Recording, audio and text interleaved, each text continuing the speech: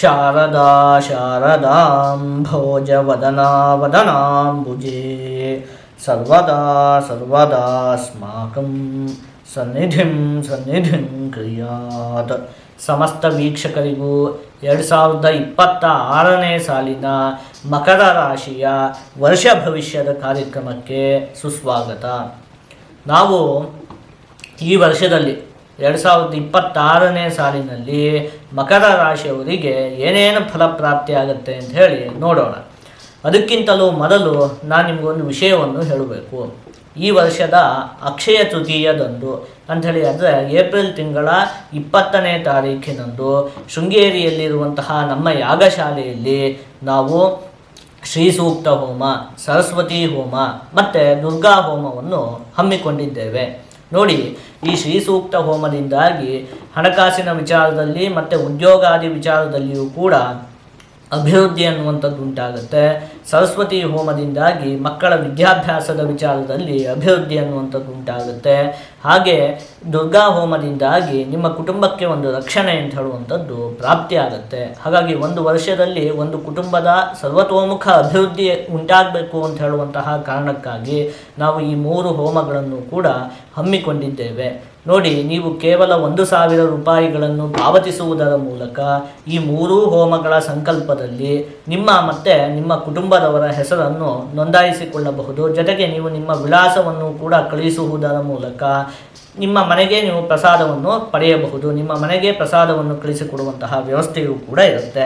ನೀವು ಇದರಲ್ಲಿ ನಿಮ್ಮ ಹೆಸರು ಮತ್ತು ನಿಮ್ಮ ಕುಟುಂಬದವರ ಹೆಸರು ಮತ್ತು ನಿಮ್ಮ ವಿಳಾಸವನ್ನು ನೋಂದಾಯಿಸಿಕೊಳ್ಳಲು ಈ ಕೆಳಗಡೆ ಕಾಣುತ್ತಿರುವಂತಹ ಫೋನ್ ನಂಬರಿಗೆ ನೀವು ಫೋನ್ ಮಾಡಬಹುದು. ಜೊತೆಗೆ ಏನಾದರೂ ನಿಮಗೆ ಇದ್ರ ಬಗ್ಗೆ ಹೆಚ್ಚಿನ ಮಾಹಿತಿ ಬೇಕಾಗಿದ್ದರೂ ಕೂಡ ಈ ಕೆಳಗಡೆ ಕಾಣುತ್ತಿರುವಂತಹ ಫೋನ್ ನಂಬರಿಗೆ ಫೋನ್ ಮಾಡಿ ನೀವು ಮಾಹಿತಿಯನ್ನು ಪಡೆದುಕೊಳ್ಳಬಹುದು. ಇದಿಷ್ಟು ಕೂಡ ಒಂದು ವಿಚಾರ. ಈಗ ಈ ಹಿಂದೆ ಹೇಳಿದಂತೆ ಏನೇನಾಗುತ್ತೆ 2026ನೇ ಇಸ್ವಿಯಲ್ಲಿ ಮಕರ ರಾಶಿಯವರಿಗೆ ಅಂತ ಹೇಳಿ ನೋಡ್ತಾ ಹೋಗೋಣ. ಅದಕ್ಕಿಂತಲೂ ಮೊದಲು ನಾವೊಂದು ಕೆಲಸ ಮಾಡಬೇಕು. ಅದೇನು ಅಂಥೇಳಿ ಅಂದರೆ 2025ನೇ ಸಾಲಿನಲ್ಲಿ ಹೋದ ವರ್ಷದಲ್ಲಿ ಏನೇನು ಹೇಳಿದ್ವಿ, ಏನೇನಾಯಿತು ಅಂಥೇಳಿ ಒಂದು ಸಲ ನೋಡ್ಕೊಂಬರೋಣ. ಅದಾದಮೇಲೆ ಈ 2026ನೇ ಸಾಲಿನಲ್ಲಿ ಏನೇನು ನಡೆಯುತ್ತೆ ಅಂತ ಹೇಳಿ ನೋಡೋಣ. ಮೊದಲಿಗೆ 2025ನೇ ಸಾಲಿನ ಮುಖ್ಯಾಂಶಗಳು. ಹಣಕಾಸಿನ ವಿಚಾರದಲ್ಲಿಯೂ ಕೂಡ ನಿಮಗೆ ಉತ್ತಮತೆ ಅಂತ ಹೇಳುವಂಥದ್ದು ಉಂಟಾಗುತ್ತೆ. ನಿಮ್ಮ ಪರಿಶ್ರಮಕ್ಕೆ ತಕ್ಕದಾದ ಫಲ ನಿಮಗೆ ಪ್ರಾಪ್ತಿಯಾಗುತ್ತೆ. ಇನ್ನು ವಾಹನಕ್ಕೆ ಸಂಬಂಧಪಟ್ಟಿರುವಂತಹ ವಿಚಾರದಲ್ಲಿಯೂ ಕೂಡ ಅಭಿವೃದ್ಧಿ ಉಂಟಾಗುತ್ತೆ. ಅಣ್ಣ ತಮ್ಮಂದಿರ ಒಂದು ಸಹಕಾರ ಅಂತ ಹೇಳುವಂಥದ್ದು ಪ್ರಾಪ್ತಿಯಾಗುತ್ತೆ. ಹೀಗಿದ್ರಿ 7.5 ಶುರುವಾಯಿತು, ಪಾತಾಳಕ್ಕೆ ಹೋದ್ರಿ, ಈ ವರ್ಷದಲ್ಲಿ ಮತ್ತೆ ಹೀಗೆ ಆಗ್ತೀರಿ, ಅಲ್ಲಿ ಏನಿದ್ರು ಅದೇ ರೀತಿಯಾಗಿ ಆಗ್ತೀರಿ. ನಿಮಗೆ ಸಿಕ್ಕಾಪಟ್ಟೆ ಅಭಿವೃದ್ಧಿ ಅನ್ನುವಂಥದ್ದು ಕೂಡ ಉಂಟಾಗುತ್ತೆ. ಯಾವಾಗ ಹೇಳಿ? 2026ನೇ ಸಾಲಿನಲ್ಲಿ ನಿಮಗೆ ಸಿಕ್ಕಾಪಟ್ಟೆ ಅಭಿವೃದ್ಧಿ ಅನ್ನುವಂಥದ್ದು ಉಂಟಾಗುತ್ತೆ. ಅಂದ್ರೆ ಮುಂದಿನ ವರ್ಷದ ವಿಚಾರ ಅದು, ಆಯ್ತಾ? ಆದ್ರೆ ಈ ವರ್ಷದಲ್ಲಿ ಏನಾಗುತ್ತೆ, ಹಿಂದೆ ಹೇಗಿದ್ರು 7.5 ಶುರುವಾಗುವುದಕ್ಕಿಂತ ಮುಂಚೆ ಹಿಂದೆ ಹೇಗಿದ್ರು ಅದೇ ರೀತಿಯಾಗಿ ಆಗ್ತೀರಿ. ಹೆಂಡತಿ ಮತ್ತೆ ಮಕ್ಕಳೊಂದಿಗೆ ಒಂದು ಸ್ವಲ್ಪ ಮನಸ್ತಾಪಗಳು ಉಂಟಾಗುವುದಕ್ಕೆ ಅವಕಾಶ ಇರುತ್ತೆ. ಇನ್ನು ಆರೋಗ್ಯಕ್ಕೆ ಸಂಬಂಧಪಟ್ಟಿರುವಂತಹ ವಿಚಾರದಲ್ಲಿ ಬೃಹಸ್ಪತಿ ಗ್ರಹ ಷಷ್ಠಭಾವದಲ್ಲಿ ಸ್ಥಿರವಾಗಿರುವುದರಿಂದಾಗಿ ನೀವು ಒಂದು ಸ್ವಲ್ಪ ಜೋಪಾನವಾಗಿ ಇರಬೇಕಾಗತ್ತೆ. ದುಶ್ಚಟಗಳು ಇದ್ದಂತಹ ಪಕ್ಷದಲ್ಲಿ, ಮದ್ಯಪಾನ, ಧೂಮಪಾನವೇ ಮೊದಲಾದಂತಹ ದುಶ್ಚಟಗಳು ಇದ್ದಂತಹ ಪಕ್ಷದಲ್ಲಿ ಅದನ್ನೆಲ್ಲ ಈ ವರ್ಷದಲ್ಲಿ ನೀವು ಸಂಪೂರ್ಣವಾಗಿ ತ್ಯಜಿಸಬೇಕು. ದುಂದು ವೆಚ್ಚ ಮಾಡಬಾರ್ದು. ಮಾತಿನ ವಿಚಾರದಲ್ಲಿ ಒಂದು ಸ್ವಲ್ಪ ನೀವು ಜೋಪಾನವಾಗಿರ್ಬೇಕಾಗತ್ತೆ. ರಾಹುಗ್ರಹ 2ನೇ ಭಾವದಲ್ಲಿ ಸ್ಥಿರವಾಗಿರೋದ್ರಿಂದಾಗಿ ನೀವೇನೋ ಒಳ್ಳೆಯದಕ್ಕೆ ಒಂದೆರಡು ಮಾತಾಡುವಂಥದ್ದು, ಅದನ್ನು ಇನ್ನೊಬ್ಬರು ತಪ್ಪಾಗಿ ತಿಳಿದುಕೊಳ್ಳುವಂಥದ್ದು, ಇಂಥದ್ದೆಲ್ಲ ಆಗುವುದಕ್ಕೆ ಅವಕಾಶ ಇರುತ್ತೆ. ಅಲ್ಲಿಗೆ ಹೋದ ವರ್ಷದಲ್ಲಿ ನಿಮಗೆ ಈ ಗುರುಗ್ರಹ ಷಷ್ಠಭಾವದಲ್ಲಿ ಸ್ಥಿತವಾಗಿತ್ತು. ಹಾಗಾಗಿ ಒಂದು ಸ್ವಲ್ಪ ಅದರಿಂದ ಅಶುಭ ಫಲ ಅಂತ ಹೇಳುವಂಥದ್ದು ಪ್ರಾಪ್ತಿ ಆಯಿತು. ಇನ್ನು ಶನಿಗ್ರಹ ಎಲ್ಲ 3ನೇ ಭಾವದಲ್ಲಿ ಸ್ಥಿತವಾಗಿದ್ದರಿಂದಾಗಿ ಅದರಿಂದ ಶುಭ ಫಲ ಅಂತ ಹೇಳುವಂಥದ್ದು ಕೂಡ ಪ್ರಾಪ್ತಿ ಆಯಿತು. ಅಲ್ಲಿಗೆ ಹೋದ ವರ್ಷ ನಿಮಗೆ ಒಂದು ರೀತಿಯಲ್ಲಿ ಮಧ್ಯಮವಾಗಿತ್ತು ಅಂತ ಹೇಳಿ ವಿವೇಚನೆಯನ್ನು ಮಾಡಬಹುದು. ನೋಡಿ, ನಾನು ಹೋದ ವರ್ಷನೇ ಹೇಳಿದ್ದೆ ನಿಮಗೆ 2025 ಒಂದು ಸ್ವಲ್ಪ ಮಧ್ಯಮವಾಗಿರುತ್ತೆ. 2026ನೇ ಇಸ್ವಿಯಲ್ಲಿ ನಿಮಗೆ ಅಭಿವೃದ್ಧಿ ಉಂಟಾಗುತ್ತೆ ಅಂತ ಹೇಳಿ ನಾನು ಹೋದ ವರ್ಷನೇ ಹೇಳಿದ್ದೆ. ಇದಿಷ್ಟು ಕೂಡ ಹೋದ ವರ್ಷದಲ್ಲಿ ನಡೆದಂತಹ ಘಟನೆಗಳು. ಈಗ ಈ ವರ್ಷ ಏನೇನಾಗುತ್ತೆ ಅಂತ ಹೇಳಿ ನೋಡ್ತಾ ಹೋಗೋಣ. 2026ನೇ ಸಾಲಿನಲ್ಲಿ ನೋಡಿ, ನಾವು ಒಂದು ವರ್ಷದ ಭವಿಷ್ಯವನ್ನು ವಿವೇಚನೆ ಮಾಡುವಂತಹ ಸಂದರ್ಭದಲ್ಲಿ ಪ್ರಮುಖವಾಗಿ 4 ಗ್ರಹಗಳನ್ನು ಪರಿಗಣನೆಗೆ ತೆಗೆದುಕೊಳ್ಬೇಕಾಗುತ್ತೆ. ರಾಹುಗ್ರಹ, ಕೇತುಗ್ರಹ, ಗುರುಗ್ರಹ ಮತ್ತು ಶನಿಗ್ರಹ. ಇದರಲ್ಲಿ ರಾಹು ಕೇತು ಗ್ರಹಗಳು ಬದಲಾವಣೆಯನ್ನು ಹೊಂದುತ್ತವೆ. ಯಾವಾಗ ಅಂತ ಹೇಳಿ ಆದರೆ ಈ ವರ್ಷದ ಡಿಸೆಂಬರ್ ತಿಂಗಳಲ್ಲಿ. ಹಾಗಾಗಿ ಅವುಗಳು ಹೋದ ವರ್ಷ ಎಲ್ಲಿ ಸ್ಥಿತವಾಗಿರ್ತವೋ ಈ ವರ್ಷದಲ್ಲಿಯೂ ಕೂಡ ಅಲ್ಲೇ ಸ್ಥಿತವಾಗಿರ್ತವೆ ಅಂತ ಹೇಳಿ ಪರಿಗಣನೆಗೆ ತೆಗೆದುಕೊಳ್ಬೇಕಾಗತ್ತೆ. ಇನ್ನು ಶನಿಗ್ರಹ ಹೋದ ವರ್ಷದಲ್ಲಿ ಮೀನರಾಶಿಯಲ್ಲಿ ಸ್ಥಿತವಾಗಿತ್ತು, ಈ ವರ್ಷದಲ್ಲಿಯೂ ಕೂಡ ಅದಲ್ಲೇ ಸ್ಥಿತವಾಗಿರುತ್ತೆ. ಆದರೆ ವಿಶೇಷವಾಗಿ ಈ ವರ್ಷದಲ್ಲಿ ಗುರುಗ್ರಹ ಬದಲಾವಣೆಯನ್ನು ಹೊಂದುತ್ತೆ. ನೋಡಿ, ಗುರುಗ್ರಹ ಈ ವರ್ಷದಲ್ಲಿ ಒಟ್ಟು 3 ರಾಶಿಯಲ್ಲಿ ಸಂಚಾರವನ್ನು ಮಾಡುತ್ತೆ. ಜನವರಿಯಿಂದ ಹಿಡಿದು ಜೂನ್ ತಿಂಗಳ 2ನೇ ತಾರೀಖಿನವರೆಗೂ ಕೂಡ ಅದು ಮಿಥುನ ರಾಶಿಯಲ್ಲಿರುತ್ತೆ. ಈ ಜೂನ್ ತಿಂಗಳ 2ನೇ ತಾರೀಖಿನಿಂದ ಹಿಡಿದು ಅಕ್ಟೋಬರ್ ತಿಂಗಳ 31ನೇ ತಾರೀಖಿನವರೆಗೂ ಕೂಡ ಅದು ಕರ್ಕಾಟಕ ರಾಶಿಯಲ್ಲಿ ಇರುತ್ತೆ. ಇನ್ನು ಕೊನೆಯ 2 ತಿಂಗಳು ನವೆಂಬರ್ ಮತ್ತು ಡಿಸೆಂಬರ್ ತಿಂಗಳಲ್ಲಿ ಅದು ಸಿಂಹ ರಾಶಿಯಲ್ಲಿ ಸ್ಥಿತವಾಗಿರುತ್ತೆ. ಈ ರೀತಿಯಾಗಿ ಗುರುಗ್ರಹ ಒಟ್ಟು 3 ರಾಶಿಯಲ್ಲಿ ಈ ವರ್ಷದಲ್ಲಿ ಸಂಚಾರವನ್ನು ಮಾಡುತ್ತೆ. ಹಾಗಾಗಿ ನಾವು ಈ ವರ್ಷದ ಒಂದು ಭವಿಷ್ಯವನ್ನು 3 ವಿಭಾಗ ಮಾಡಿ ತಿಳಿದುಕೊಳ್ಬೇಕು. ಮೊದಲನೇ ವಿಭಾಗ ಜನವರಿಯಿಂದ ಜೂನ್ವರೆಗೆ ಏನಾಗುತ್ತೆ ಅಂತ. ಎರಡನೇದು ಜೂನ್ ತಿಂಗಳ 2ನೇ ತಾರೀಕಿನಿಂದ ಹಿಡಿದು ಅಕ್ಟೋಬರ್ 31, ಅಂದರೆ ಮಧ್ಯದ 5 ತಿಂಗಳು ಏನಾಗುತ್ತೆ ಅಂತ. ಕೊನೆಯದು ನವೆಂಬರ್ ಮತ್ತು ಡಿಸೆಂಬರ್ ಈ 2 ತಿಂಗಳಲ್ಲಿ ಏನಾಗುತ್ತೆ ಅಂತ ಹೇಳಿ 3 ವಿಭಾಗ ಮಾಡಿ ತಿಳ್ಕೊಳ್ಬೇಕಾಗತ್ತೆ. ಈಗ ಮೊದಲನೇ ವಿಭಾಗ ಮೊದಲ 5 ತಿಂಗಳಲ್ಲಿ ಏನಾಗುತ್ತೆ ಅಂತ, ಅಂದರೆ ಜನವರಿಯಿಂದ ಹಿಡಿದು ಜೂನ್ವರೆಗೆ ಏನಾಗುತ್ತೆ ಅದನ್ನು ನೋಡ್ತಾ ಹೋಗೋಣ. ಷಷ್ಠೇ ಗುರು ವಿಘ್ನಯುಕ್ತೋ ಬಹುಶತ್ರುಶ್ಚ ನಿಷ್ಠುರಃ ಉದ್ವೇಗಿ ಮತಿಹೀನಶ್ಚ ಕಾಮುಕೋ ಜಾಯತೆ ಜನಃ ಅಂತ ಹೇಳಿರುವಂಥದ್ದು. ಹೋದ ವರ್ಷಕ್ಕೂ ಮತ್ತು ಈ ವರ್ಷದ ಮೊದಲ ಒಂದು 5 ತಿಂಗಳಿಗೂ ಏನೂ ಕೂಡ ವ್ಯತ್ಯಾಸ ಇಲ್ಲ. ಹೋದ ವರ್ಷವು ಮಧ್ಯಮವಾಗಿತ್ತು, ಈ ವರ್ಷದ ಒಂದು ಮೊದಲ 5 ತಿಂಗಳು ಕೂಡ ಮಧ್ಯಮವಾಗಿರುತ್ತೆ. ಕೆಲವೊಂದು ವಿಚಾರದಲ್ಲಿ ನೀವು ಒಂದು ಸ್ವಲ್ಪ ಜೋಪಾನವಾಗಿರಬೇಕಾಗತ್ತೆ. ಅದೇನು ವಿಘ್ನಯುಕ್ತ. ಹೋದ ವರ್ಷವೂ ಕೂಡ ಕೆಲವೊಂದು ಕೆಲಸ ಕಾರ್ಯಗಳಿಗೆ ನೀವು ಕೈ ಹಾಕಿದರೆ ಅಷ್ಟು ಬೇಗ ಆಯಿತು ಅಂತ ಹೇಳಿ ಆಗ್ತಿತ್ತು. ಅದರಲ್ಲಿ ಏನೋ ಒಂದಷ್ಟು ವಿಘ್ನಗಳು ಇತ್ಯಾದಿಗಳು ಉಂಟಾಗ್ತಿತ್ತು. ಅದು ಈ ವರ್ಷದ ಮೊದಲ 5 ತಿಂಗಳವರೆಗೂ ಕೂಡ ಮುಂದುವರಿಯುತ್ತೆ. ಬಹುಶತ್ರುಶ್ಚ, ಎಲ್ಲಿ ನೋಡಿದರೂ ಶತ್ರುಗಳೇ. ಸ್ನೇಹಿತರು ಯಾರೂ ಇಲ್ಲ, ಸಹಾಯ ಮಾಡೋರು ಯಾರೂ ಇಲ್ಲ, ಒಳ್ಳೆಯದನ್ನು ಬಯಸೋರು ಯಾರೂ ಇಲ್ಲ, ಎಲ್ಲರೂ ಕೂಡ ಶತ್ರುಗಳೇ.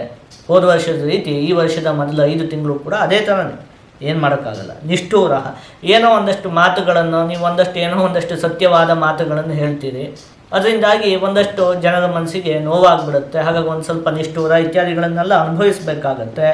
ಈ ರೀತಿಯಾಗಿ ಹೋದ ವರ್ಷವೂ ಕೂಡ ನಡೀತು, ಈ ವರ್ಷದ ಮೊದಲ 5 ತಿಂಗಳು ಕೂಡ ಅದೇ ಥರ ಇರುತ್ತೆ. ಆಯಿತಾ? ಇವುಗಳೆಲ್ಲ ಒಂದು ಸ್ವಲ್ಪ ಜೋಪಾನವಾಗಿರಬೇಕು. ಮುಖ್ಯವಾಗಿ ಆರೋಗ್ಯದ ವಿಚಾರ, ಗುರುಗ್ರಹ ಷಷ್ಠ ಭಾವದಲ್ಲಿ ಸ್ಥಿತವಾಗಿದೆಯಲ್ಲ, ಆರೋಗ್ಯದ ವಿಚಾರದಲ್ಲಿ ಹೋದ ವರ್ಷದಲ್ಲಿಯೂ ಕೂಡ ನಿಮಗೆ ಸಮಸ್ಯೆಗಳು ಉಂಟಾಯಿತು. ಅದೇ ರೀತಿಯಾಗಿ ಈ ವರ್ಷದಲ್ಲಿಯೂ ಕೂಡ ಅವಕಾಶ ಇದೆ. ಎಲ್ಲಿವರೆಗೆ? ಮೊದಲ 5 ತಿಂಗಳು, ಜನವರಿಯಿಂದ ಹಿಡಿದು ಜೂನ್ವರೆಗೆ. ಹಾಗಾಗಿ ಇದಿಷ್ಟು ವಿಚಾರಗಳಲ್ಲಿ ನೀವು ಒಂದು ಸ್ವಲ್ಪ ಜೋಪಾನವಾಗಿರಬೇಕಾಗುತ್ತೆ. ಏನು ಭಾರಿ ವ್ಯತ್ಯಾಸ ಏನಿಲ್ಲ. ಹೋದ ವರ್ಷ ಹೇಗಿತ್ತೋ ಈ ವರ್ಷದ ಮೊದಲ 5 ತಿಂಗಳು ಕೂಡ ಅದೇ ಥರನೇ. ಆಯಿತಾ? ಇದಿಷ್ಟು 1ನೇ ವಿಭಾಗ. ಈಗ 2ನೇ ವಿಭಾಗ ಯಾವಾಗ? ಜೂನ್ 2ನೇ ತಾರೀಕಿನಿಂದ ಹಿಡಿದು ಅಕ್ಟೋಬರ್ 31ರವರೆಗೆ ಈ ಮಧ್ಯದ 5 ತಿಂಗಳಿದೆಯಲ್ಲ, ಇದು ನಿಮಗೆ ಅತ್ಯಂತ ಉತ್ತಮವಾಗಿದೆ. ನೋಡಿ, ಈ ಸಂದರ್ಭದಲ್ಲಿ ನಿಮಗೆ ಎಲ್ಲ ವಿಚಾರದಲ್ಲಿಯೂ ಕೂಡ ಅಭಿವೃದ್ಧಿ ಅನ್ನುವಂಥದ್ದು ಉಂಟಾಗುತ್ತೆ. ಗುರುಗ್ರಹ ಇದೆಯಲ್ಲ, ಎಲ್ಲಿ ಸ್ಥಿತವಾಗಿರುತ್ತೆ? ನಿಮಗೆ ಸಪ್ತಮ ಭಾವದಲ್ಲಿ, ಅದರಲ್ಲೂ ಕೂಡ ಅದು ಉಚ್ಚವಾಗಿ ಸ್ಥಿತವಾಗಿರುತ್ತೆ. ಆ ಸಂದರ್ಭದಲ್ಲಿ ರಾಜದರ್ಶನಂ ಆರೋಗ್ಯಂ ಗಾಂಭೀರ್ಯಂ ಗಾತ್ರಪೋಷಣಂ ಅಭೀಷ್ಟ ಕಾರ್ಯ ಸಿದ್ಧಿಶ್ಚ ಸಪ್ತಮಸ್ಥೋ ಭವೇದ್ ಗುರುವು ಅಂತ ಹೇಳಿರುವಂಥದ್ದು. ಮುಖ್ಯವಾಗಿ ಅನೇಕ ಗಣ್ಯ ವ್ಯಕ್ತಿಗಳ ಪರಿಚಯ ಅಂತ ಹೇಳುವಂಥದ್ದು ಉಂಟಾಗುತ್ತೆ. ಗಣ್ಯ ವ್ಯಕ್ತಿಗಳ ಜೊತೆಗೆ ನಿಮಗೆ ಒಂದು ಸಂಬಂಧ ಅಂತ ಹೇಳುವಂಥದ್ದು ಉಂಟಾಗುತ್ತೆ. ಹಾಗೆ ಆರೋಗ್ಯದ ವಿಚಾರದಲ್ಲಿ ಅವಾಗೆಲ್ಲ ತುಂಬ ಸಮಸ್ಯೆಗಳು ಉಂಟಾಗ್ತಿತ್ತಲ್ಲ, ಆ ಸಮಸ್ಯೆಗಳು ಒಂದು ಸ್ವಲ್ಪ ಮಟ್ಟಿಗೆ ಕಮ್ಮಿ ಆಗುತ್ತೆ. ಯಾವಾಗ ಹೋದ ವರ್ಷದಲ್ಲೂ ಸಮಸ್ಯೆ ಇತ್ತು, ಈ ವರ್ಷದ ಮೊದಲ 5 ತಿಂಗಳಲ್ಲೂ ಕೂಡ ಸಮಸ್ಯೆ ಇತ್ತು. ಆ ಸಮಸ್ಯೆ ಅಂತ ಹೇಳೋದು ಈ ಮಧ್ಯದಲ್ಲಿ ಒಂದು ಸ್ವಲ್ಪ ಮಟ್ಟಿಗೆ ಕಮ್ಮಿ ಆಗುತ್ತೆ. ಹಾಗೆ ಅಭೀಷ್ಟ ಕಾರ್ಯ ಸಿದ್ಧಿಷ್ಟ, ನಿಮ್ಮ ಒಂದಷ್ಟು ಆಸೆಗಳೆಲ್ಲ, ನಿಮ್ಮ ಒಂದಷ್ಟು ಕನಸುಗಳೆಲ್ಲ ನನಸಾಗುತ್ತೆ. ನೋಡಿ, ಈ ಮಧ್ಯದ 5 ತಿಂಗಳಿದೆಯಲ್ಲ, ಇದು ನಿಮಗೆ ಅತ್ಯಂತ ಅದ್ಭುತವಾಗಿದೆ. ಶನಿಗ್ರಹ ಹೇಗೂ ನಿಮಗೆ ಈಗ ತೃತೀಯ ಭಾವದಲ್ಲಿ ಉತ್ತಮವಾಗಿ ಸ್ಥಿತವಾಗಿದೆ. ಈ ಸಮಯದಲ್ಲಿ ನಿಮಗೆ ಗುರುಬಲ ಅಂತ ಹೇಳುವಂಥದ್ದು ಕೂಡ ಇರುತ್ತೆ. ಗುರುಗ್ರಹ ಉಚ್ಚವಾಗಿರುತ್ತೆ. ಹಾಗಾಗಿ ನಿಮ್ಮ ಮನಸ್ಸಿನ ಅನೇಕ ಆಸೆಗಳೆಲ್ಲ ಈ ಸಂದರ್ಭದಲ್ಲಿ ಈಡೇರುತ್ತೆ. ವಿವಾಹಾಪೇಕ್ಷಿಗಳಿಗೆ ಈ ಸಮಯ ಅತ್ಯಂತ ಉತ್ತಮವಾಗಿದೆ. ಸಪ್ತಮ ಭಾವದಲ್ಲಿ ಗುರು, ಅದು ಕೂಡ ಉಚ್ಚವಾಗಿರುವಂಥದ್ದು. ನೋಡಿ, ಮಧ್ಯದ 5 ತಿಂಗಳು ಅತ್ಯಂತ ಉತ್ತಮವಾಗಿದೆ. ಇನ್ನು ಪತಿ ಪತ್ನಿಯರ ನಡುವೆ ಈ ಹಿಂದೆ ಏನಾದರೂ ವೈಮನಸ್ಸು ಎಲ್ಲ ಉಂಟಾಗಿದ್ರೆ ಅದೆಲ್ಲ ಈ ಮಧ್ಯದ ಒಂದು 5 ತಿಂಗಳಲ್ಲಿ ಬಗೆಹರಿಯುವುದಕ್ಕೆ ಅವಕಾಶ ಇದೆ. ಮುಖ್ಯವಾಗಿ ಏನು ಗೊತ್ತಾ, ಮನಸ್ಸಿಗೆ ಒಂದು ನೆಮ್ಮದಿ ಅಂತ ಹೇಳುವಂಥದ್ದು ಉಂಟಾಗುತ್ತೆ. ನಿಮಗೆ 7.5 ಮುಗಿದು ಹೋದ ವರ್ಷ ಮಧ್ಯಮವಾಗಿತ್ತು, ತೀರ ಕಷ್ಟ ಅಂತಲ್ಲ, ಆದರೆ ಮನಸ್ಸಿಗೆ ಎಲ್ಲೋ ಒಂದು ಕಡೆ ಏನೋ ಒಂಥರ ದುಃಖ ಇತ್ಯಾದಿಗಳೇ ಕಾಡ್ತಾ ಇತ್ತು. ಯಾಕಂದರೆ ಗುರುಗ್ರಹ ಷಷ್ಠ ಭಾವದಲ್ಲಿ ಸ್ಥಿತವಾದಂತಹ ಸಂದರ್ಭದಲ್ಲಿ ನಹಿ ಸುಖಂ ತತ್ಸಾಧನೆ ಸತ್ಯಪಿ ಅಂತ ಹೇಳಿರುವಂಥದ್ದು. ಅಂದರೆ ಸುಖಕ್ಕೆ ಬೇಕಾಗಿರುವಂಥ ಎಲ್ಲ ಸಾಧನಗಳು ಇರುತ್ತೆ, ಮನೆ ಇರುತ್ತೆ, ಕಾರ್ಯ ಇರುತ್ತೆ, ಎಲ್ಲ ಇರುತ್ತೆ. ಆದರೆ ಅದರಿಂದ ಏನೋ ಒಂದು ಸುಖ ಅಂತ ಹೇಳುವಂಥ ಸಿಗ್ತಾ ಇರೋದಿಲ್ಲ. ಆ ರೀತಿಯಾದಂತಹ ಸಮಸ್ಯೆಗಳು ಉಂಟಾಗ್ತಿತ್ತು ಹೋದ ವರ್ಷ ಮತ್ತು ಈ ತಿಂಗಳು ಈ ವರ್ಷದ ಮೊದಲು 5 ತಿಂಗಳವರೆಗೂ ಕೂಡ. ಆದರೆ ಈ ಸಂದರ್ಭದಲ್ಲಿ ಮನಸ್ಸಿಗೆ ಮುಖ್ಯವಾಗಿ ನೆಮ್ಮದಿ ಅಂತ ಹೇಳುವಂಥದ್ದು ಪ್ರಾಪ್ತಿಯಾಗುತ್ತೆ. ಇನ್ನು ನಿಮ್ಮ ಸಂಗಾತಿಯಿಂದ ನಿಮ್ಗೆ ಒಂದಷ್ಟು ಸಹಾಯ ಪ್ರಾಪ್ತಿಯಾಗುತ್ತೆ, ಅವರಿಂದ ನಿಮ್ಗೆ ಒಂದಷ್ಟು ಲಾಭ ಅಂತ ಹೇಳುವಂಥದ್ದು ಉಂಟಾಗುತ್ತೆ.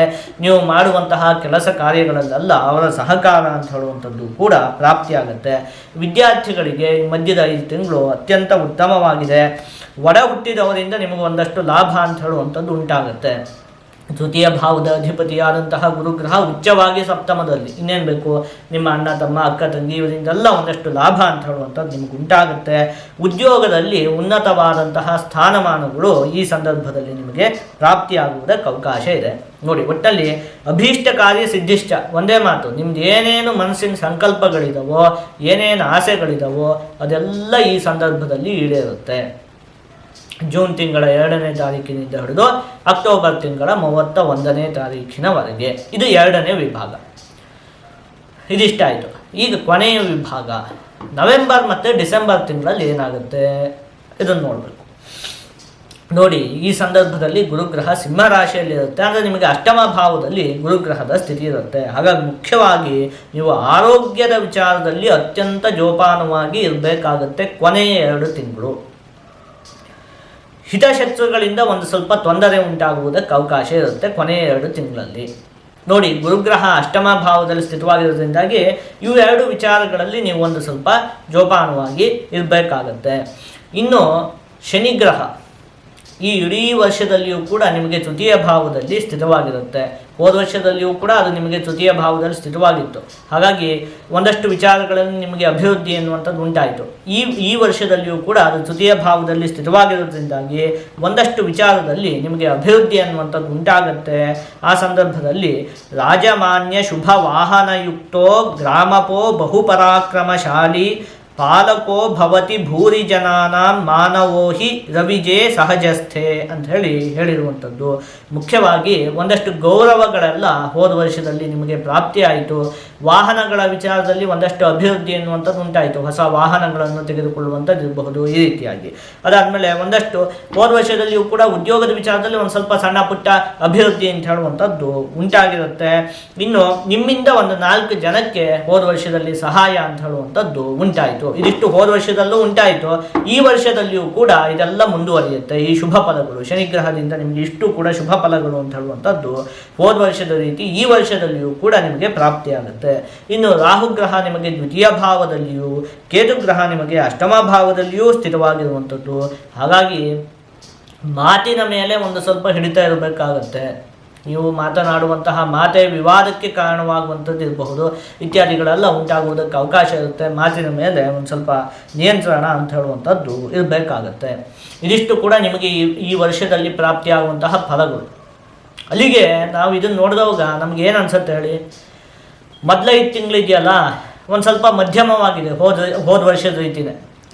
ಮಧ್ಯದ 5 ತಿಂಗಳಿದೆಯಲ್ಲ ಅದು ಅತ್ಯಂತ ಉತ್ತಮವಾಗಿದೆ. ಎಲ್ಲ ವಿಚಾರದಲ್ಲಿಯೂ ಕೂಡ ನಿಮಗೆ ಅಭಿವೃದ್ಧಿ ಅಂತ ಹೇಳುವಂಥದ್ದು ಉಂಟಾಗುತ್ತೆ. ಕೊನೆಯ 2 ತಿಂಗಳಿದೆಯಲ್ಲ ಅದರಲ್ಲಿ ನೀವು ಒಂದು ಸ್ವಲ್ಪ ಜೋಪಾನವಾಗಿ ಇರಬೇಕಾಗತ್ತೆ. ಅಲ್ಲಿಗೆ ವಿಶೇಷವಾಗಿ ಈ ವರ್ಷದಲ್ಲಿ ಆರೋಗ್ಯದ ವಿಚಾರದಲ್ಲಿ ಮೊದಲ 5 ತಿಂಗಳು ಕೊನೆಯ 2 ತಿಂಗಳು ಕೂಡ ನೀವು ಆರೋಗ್ಯದ ವಿಚಾರದಲ್ಲಿ ಒಂದು ಸ್ವಲ್ಪ ಗಮನವನ್ನು ಕೊಡಬೇಕಾಗತ್ತೆ. ಅಲ್ಲಿಗೆ ಇದನ್ನು ನಾವು ಪೂರ್ತಿಯಾಗಿ ನೋಡಿದವಾಗ ನಮ್ಗೆ ಏನು ಅನಿಸುತ್ತೆ ಅಂತ ಹೇಳಿದ್ರೆ, ಒಂಥರ ಮರಳುಗಾಡಿನಲ್ಲಿ ನೀರು ಇದ್ದ ಹಾಗಿದೆ ಈ ವರ್ಷ. ಸುತ್ತ ಮರಳು, ಮಧ್ಯದಲ್ಲಿ ನೀರು, ಅದೇ ಥರ ಅಲ್ವಾ. ಮೊದಲ 5 ತಿಂಗಳು ಕೂಡ ಚೆನ್ನಾಗಿಲ್ಲ, ಕೊನೆಯ 2 ತಿಂಗಳು ಕೂಡ ಚೆನ್ನಾಗಿಲ್ಲ. ಆದರೆ ಮಧ್ಯದ 5 ತಿಂಗಳು ಅತ್ಯಂತ ಉತ್ತಮವಾಗಿದೆ. ಎಲ್ಲ ವಿಚಾರದಲ್ಲಿಯೂ ಕೂಡ ಅಭಿವೃದ್ಧಿ ಅನ್ನುವಂಥದ್ದು ಉಂಟಾಗುತ್ತೆ. ಒಂದು ರೀತಿ ಮರಳುಗಾಡಲ್ಲಿ ನೀರಿದ್ದ ಹಾಗಿದೆ ಈ ವರ್ಷ. ಆದಷ್ಟು ನೀವು ಈ ವರ್ಷದಲ್ಲಿ ಗಣಪತಿ ದೇವರ ಆರಾಧನೆಯನ್ನು ಮಾಡಬೇಕು. ನೀವು ಈ ರೀತಿಯಾಗಿ ಮಾಡಿದರೆ ನಿಮ್ಗೆ ಯಾವುದೇ ಅಶುಭ ಫಲ ಅಂತ ಹೇಳುವಂಥದ್ದು ಪ್ರಾಪ್ತಿಯಾಗುವುದಿಲ್ಲ. ಎಲ್ಲ ವಿಚಾರದಲ್ಲಿಯೂ ಕೂಡ ಸಂಪೂರ್ಣವಾಗಿ ಶುಭ ಫಲ ಅಂತ ಹೇಳುವಂಥದ್ದು ಪ್ರಾಪ್ತಿಯಾಗುತ್ತೆ.